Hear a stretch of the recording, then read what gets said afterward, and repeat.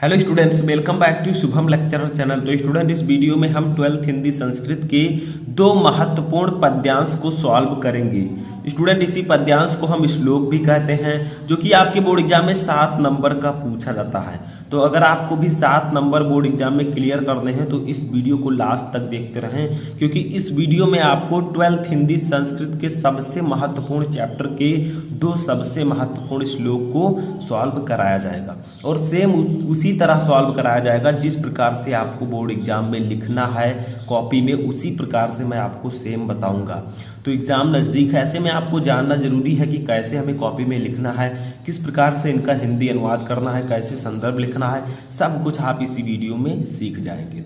देखिए, फर्स्ट जो है ये बहुत ही इंपॉर्टेंट है और अब तक सबसे ज़्यादा बार पूछा जा चुका है 11, 13, 18 में। ठीक है, तो इस बार भी आने के ज़्यादातर चांसेस हैं। है क्या कि भाषासु मुख्या मधुरा दिव्या गीर्वाण भारती तस्या ही मधुरम काव्यम तस्मादपि सुभाषितम।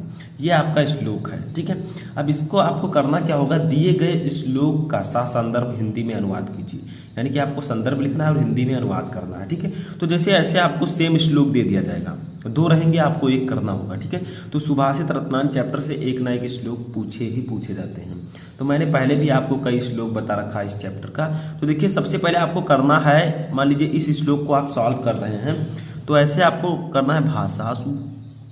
ठीक है, फिर आपको डॉट डॉट कर देना है यहाँ पर, ये मैं पहले से भी आपको बताता आ रहा हूँ। फिर लास्ट का लिख देना है वर्ड सुभाषितम, सुभाषितम। ठीक है, यानी कि आपने लिखा पहले भाषासु फिर डॉट डॉट करके सुभाषितम। ये हमने क्यों लिखा, ताकि एग्जामिनर को पता चल जाए कि दोनों में से आपने इसी को किया है, क्योंकि इसके आपने डॉट डॉट करके फर्स्ट वर्ड और लास्ट वर्ड को लिख दिया। अब आपको पहले मैं हिंदी मीनिंग बता देता हूँ।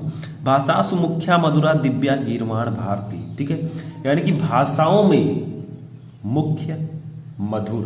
ठीक है, भाषाओं में मुख्य मधुर दिव्य, दिव्य का मतलब अलौकिक। ठीक है, गीर्वाण भारती, गीर्वाण भारती का मतलब संस्कृत जो है ये सबसे ज़्यादा मुख्य है। तो देखिए, भाषाओं में संस्कृत सबसे प्रधान, मुख्य, मधुर और अलौकिक है। ठीक है, यानी कि सभी भाषाओं में जो संस्कृत भाषा है वो सबसे मुख्य, मधुर और अलौकिक है। तस्या ही मधुरम काव्यम तस्मादपि सुभाषितम, यानी कि तस्या ही मधुरम, और इससे भी ज़्यादा मधुर। ठीक है, और इससे भी अधिक मधुर काव्यम, इसका काव्य है तस्मादपि सुभाषितम, जिसको मधुर यानी कि और इससे भी मधुर इसके सुभाषित वचन है। सुभाषितम का मतलब सुभाषित वचन, यानी कि क्या कहा जा रहा है कि इससे भी मधुर इसका काव्य है और उससे भी ज़्यादा मधुर उसका सुभाषित वचन है, यानी कि सुंदर वचन। ठीक है, तो समझ में आया क्या है, भाषाओं में सबसे मुख्य, मधुर और अलौकिक संस्कृत भाषा है। ठीक है, यह संस्कृत भाषाओं में सबसे मुख्य, मधुर और अलौकिक है, और इससे भी मधुर इसका काव्य और उससे भी मधुर उसके सुभाषित वचन है। ठीक है, ये आपका हो जाएगा इसका अनुवाद। अब इसी को हमें अनुवाद में लिख देना है, लेकिन सबसे पहले हमें हेडिंग डालना पड़ेगा संदर्भ। ठीक है, संदर्भ में आपको एक का ही बताऊंगा, क्योंकि दोनों जो है श्लोक वो एक ही चैप्टर से लिए गए हैं, तो सेम आपको लिखना है। ठीक है, हमने लिख दिया संदर्भ। अब चलिए इसको लिखते हैं। संदर्भ में हमें पाठ का नाम लिखना होगा, तो हम लोग लिखेंगे प्रस्तुत श्लोक हमारी पाठ्य पुस्तक, हमारी पाठ्य पुस्तक के, अब आपको लिखना है इन्वर्टर कामा में संस्कृत भाग, संस्कृत भाग। ठीक है, क्योंकि ये संस्कृत भाग है, तो संस्कृत भाग में संकलित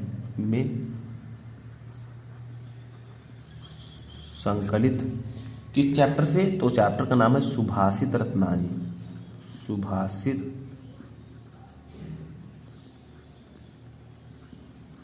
रत्नानी। ठीक है, नामक पाठ से अवतरित है। ठीक है, यानी कि लिया गया है। तो देखिए, प्रस्तुत श्लोक हमारी पाठ्य पुस्तक के संस्कृत भाग में संकलित सुभाषित रत्नानी नामक पाठ से अवतरित है या लिया गया है। ठीक है, तो ये आपका हो गया संदर्भ। अब अनुवाद तो मैंने आपको पहले बता दिया, ठीक है, अभी मैंने बताया, तो उसी को आपको यहाँ पर लिख देना है। ठीक है, तो हम लोग चलिए अनुवाद को लिखते हैं स्टेप बाय स्टेप साथ में। तो आप लोग इसे अच्छे से समझ लीजिएगा, नोट कर लीजिएगा। तो देखिए अनुवाद में क्या है कि भाषाओं में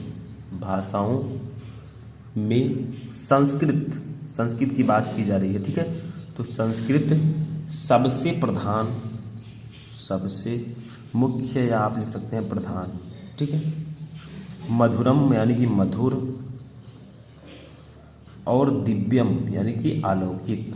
ठीक है, और अलौकिक है। ठीक है, यानी कि भाषाओं में संस्कृत सबसे प्रधान, मधुर और अलौकिक है। और क्या कहा जा रहा है कि उससे भी अधिक मधुर, उससे अधिक मधुर। ठीक है, उससे अधिक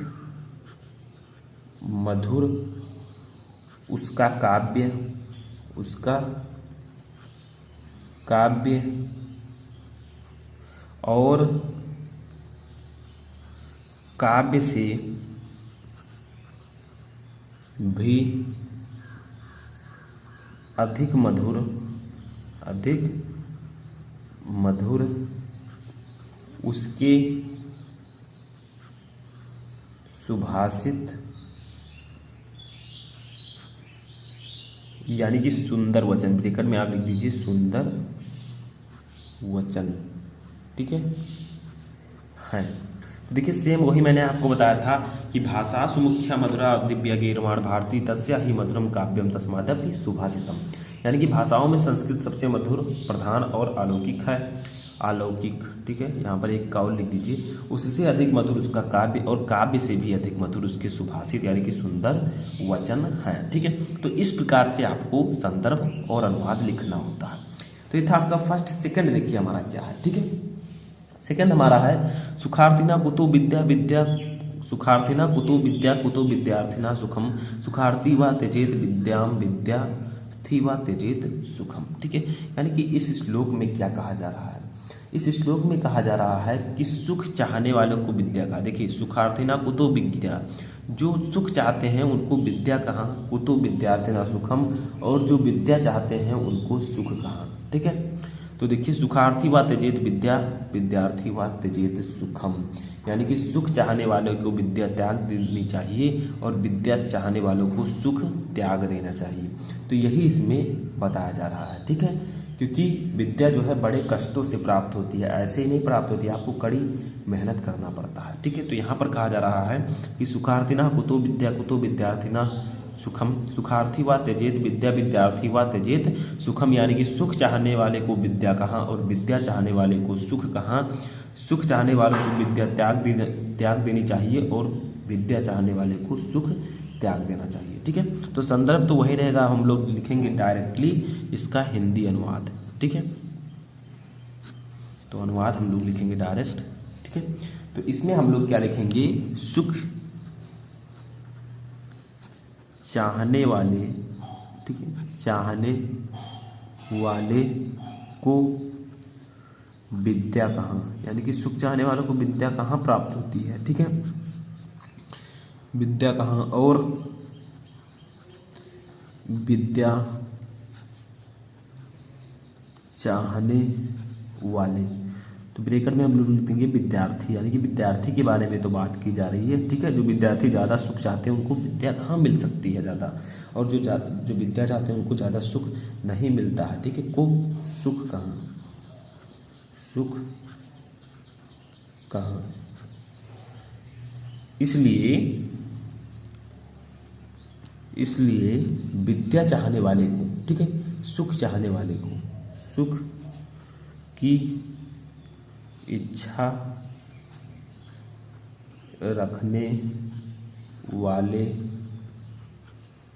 को विद्या, ठीक है, छोड़ देनी चाहिए या त्याग देनी चाहिए, छोड़ देनी चाहिए। ठीक है, और